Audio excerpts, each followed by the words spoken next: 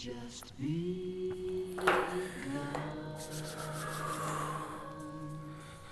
to live.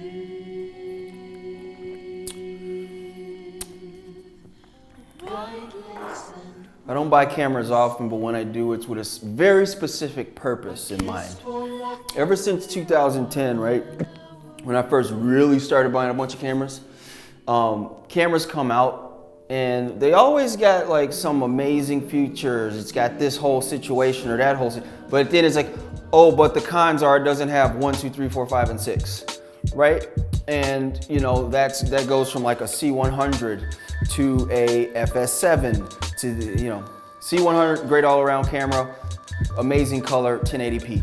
FS7, amazing camera, great, you know, look and all that kind of stuff. I don't really like the color that much. You know, it's great for that. The red helium 8K, super fucking camera, super expensive. But again, that's a super cinema camera where everything's got to be really built up and made to work and all that kind of stuff. And I've always just wanted a camera to where it has like, imagine if an A7 III, a red helium, and a FS7 had a child, right? Had a baby, they got together, had a great night out, and they woke up the next day and realized they were pregnant with a new camera. This is the camera. You know what I'm saying? Like, I don't buy cameras often. I believe that I have plenty of camera equipment, but when I saw this, I think, where was I? Paul, where were we at? Remember we were at the airport, we were in Canada? Yeah, when I first heard about it, we were coming back from Calgary. Was it Calgary? Yeah. We were in Calgary and his review came up and it's like this FX9 and I saw one and I saw the other ones and I saw one. I'm like, holy fuck, is this real? Is this really the one? So I'm not gonna go into a full review about this camera. I'm gonna run it through its paces, you know, in a couple spots. I think like the first place I'm gonna tear this camera up is in LA. But I'm just gonna do an unboxing right now, check it out, see what this thing feels like, looks like, the weight of it, you know, see how excited I can get. I'm not really an excitable person. This may be the thing to get me excited. Let's see.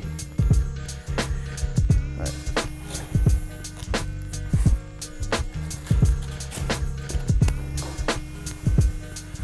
All right.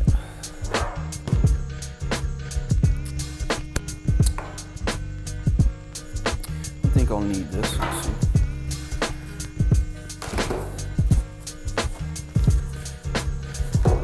I love to sniff the box. Reminds me of like a new PlayStation or something like that. New old school Nintendo. That's what it smelled like.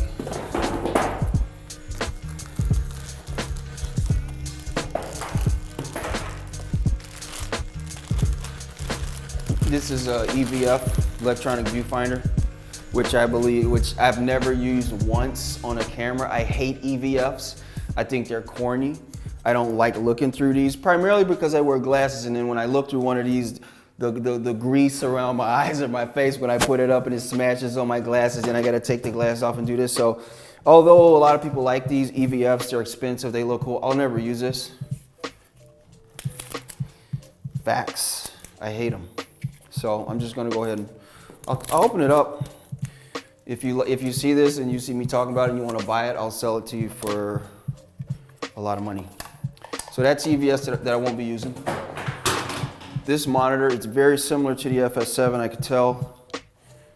Very similar, it's got more of a boxy, it's got this bevel. This is cool. On the FS7, this thing's like super round and it always like rotates. It'll go like that, like in the holder. And this has kind of got like angled 45-degree edges, if you can see that. You know what I'm saying? And I could tell it's already gonna hold better in the camera when I'm beating the hell out of the camera, running around doing what I gotta do. This is always, huh? Let's see the square.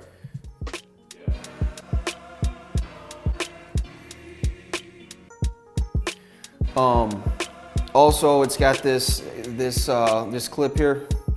Maybe it did come with the 7. I never noticed it. Maybe I lost it. Maybe one of my shooters lost it or broke it. That's what happens when you run a production company. But anyways, this helps keep that what is this? Electronic LCD screen wire in place. So that's cool. That's a monitor. Fantastic. Exciting. This is a bunch of paper and instruction manuals that I'll never read. I just know cameras like the back of my hand, and I can pick one up, go through the menu, whether it be Sony, Red, or Canon, and I already know what to look for. And there's also this thing called YouTube, to where I can go and figure it out. I don't like to read books, not my thing. Power cord, AC adapter, DC adapter. It's to charge your battery. Come on, John. Come on, John. This is a charger battery. I got a bunch of these, but there's another one there. There's some kind of USB to US, I don't know, some kind of deal. There's that. This is more paper or cardboard. That is a lithium ion battery holder there. That's your little, don't put this on a plane, a little blow up, or don't put it in your backpack because a fire can start, little shit thing there. Let's see what they got. I heard that you could use the same batteries in a 7, FS7 or a 5, but this battery drains more, it drinks it more. So again, I won't know that until I actually use it. But I'm also excited about that because I don't have to go and spend $600 on new batteries. Yeah, as I said, same type battery. I believe the power is a little different inside of this thing. I don't know. Okay, here we go. Here's the shoulder mount, shoulder cock, whatever you like to say. Oh, this is different. So the other one had an 1/8 inch on the end. This looks like some kind of other situation. But basically, you know, this is the thing that, come on, let's go. This is the thing that, you know, you can put your camera on your shoulder and feel like you're some big time reality fucking shooter or something like that, that kind of thing. You know, when you put a camera on your shoulder like that, people really think you're serious. They think you're a real camera person. Then oh shit, it's for TV. No, anyways, that's your shoulder mount. I think I've ran around all the boring parts of this camera. So I'm gonna go ahead and, hopefully nothing was in there. Let's go ahead and see what this body's like. First thing on a body, like when I, it's all about that weight and how it falls in my hands and how I can move around and do the whips and dips with it. You know what I'm saying? How it's gonna feel. Can I hold it like this, or can I hold it like this, or all like, you know what I mean? So let's see. Boom. It already feels like a 7. You know what I'm saying? You get the low angle, boom, you go up to the high angle. It's actually lighter than I thought. Look at that. Just take a look. It's got that gunmetal, which is sexy. I like this a lot better than the dark black on the FS7. It's got the black top with the gunmetal joint. Look at that. Look how wonderful that looks. You see how wonderful that is? You see how wonderful it feels. And we'll see how wonderful the footage looks. But yeah, this feels like something special. It feels like me. It feels like we can get along as friends. Button wise, it's got all the variable ND, electronic ND. It's not the click, click, click joint. You know what I'm saying? Boom, the buttons. Okay. We got the 4 audio channels instead of 2. You know what I'm saying? It's got an external fan here. I don't know if that was on the 7. We're shooting on a 7, by the way. This camera here is a 7. This camera here is an A7 III. So this is all Sony in the house. Gen 1. We just sold the 5, which I hated. I hated the way that the buttons were laid out. I hated the way I hate that whole camera. It wasn't fast enough for me. I couldn't get access to things as quickly. In theory, it was an amazing camera.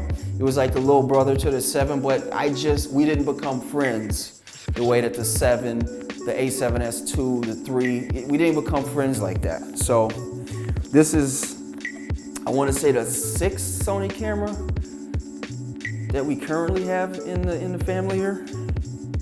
But again, I'm just touching around right now. I believe that you can program this wheel to click and pop and turn and do whatever you want there. That's your, or that might be your iris, I don't know. It feels like something special. The main thing I'm excited about, remember I told you about having the 3 cameras, you can have a baby and all that shit? Like, to be able to have all those ND XLRs, you know what I'm saying? The new color science that's in here. Not that, if you ever see Sony footage, it's always super magenta-y. You always gotta add a little extra green, pull a magenta out, that type of shit. This has the new Venice color science in here, Sony color science. It's a little closer to Canon. Canon still wears a crown in terms of color science, as far as I'm concerned, but Canon don't have their shit together when it comes to pricing and building cameras that people can actually use. So back to Sony. It's got the XLR, it's got the ND, it's got the iris. The autofocus in here, me and Peter House, you know, when we first, I remember when the Sony, the Canon C100 first came with the autofocus, me and Peter was like, yo, boom, boom. Super limited, it was the centered autofocus, you can't do this. Then, you know, we saw Canon come out with the 1DX and all these other cameras to where their autofocus was crazy. And was like, if only Sony cameras could have that same autofocus. Even the 3, the autofocus is tight, but from what I've seen with this situation here, the autofocus is crazy. And it's not always, you don't always use autofocus, but when you're running and gunning and you're really taking down shit at a speed like we do here at INDIRAP, sometimes you need that. You know what I'm saying? You're tracking a moving target coming down the street with a 600mm lens in a neighborhood tour or something like that. You just want to track them. You don't want to be chasing. You can't chase. First of all, you want hands off on a 600. You know what I'm saying? When somebody's walking, because you but just you get that shirt, take your hands off, hit record, and just catch them. Boom. Totally in focus. Imagine that. I got dreams from what I heard about this camera about what we're going to do with this in terms of that. The color science, the autofocus, you know, the color space, like everything about this situation right here is just like a dream come true. And it's not buying a camera, this is an investment, right? It's an investment like anything else. Because here at INDIRAP, we know how to take a camera and flip it into business, build businesses. This business was built off a $1,200 camera, which was the 60D, right? So everything you see, this office here, the people that work here, the computers, everything was built off of one camera. You know what I'm saying? Because I looked at that camera from the beginning as an investment. I knew I could take the camera and flip it into a portfolio and then flip that into, you know, products and services that could be sold to grow businesses. And that's called adding value. And that's what we do with these. It ain't about really the camera. The camera is a byproduct. It's a tool for us to create content that makes shit move for other businesses and add value. This is gonna help us do that even more at an even higher level. You gotta invest in tools to grow your business. The Sony FX9 is the tool that we just invested in. I can't wait to rip and run through LA with this thing next week. Welcome to INDIRAP, the blueprint for branded video content. Expose you to those that don't know. Man, he say you the realest nigga in this motherfucker check. The bro said you scared to drop a dish record. No nuts, got the whole team looking weird. Guess that's why they ran up on you with the beat.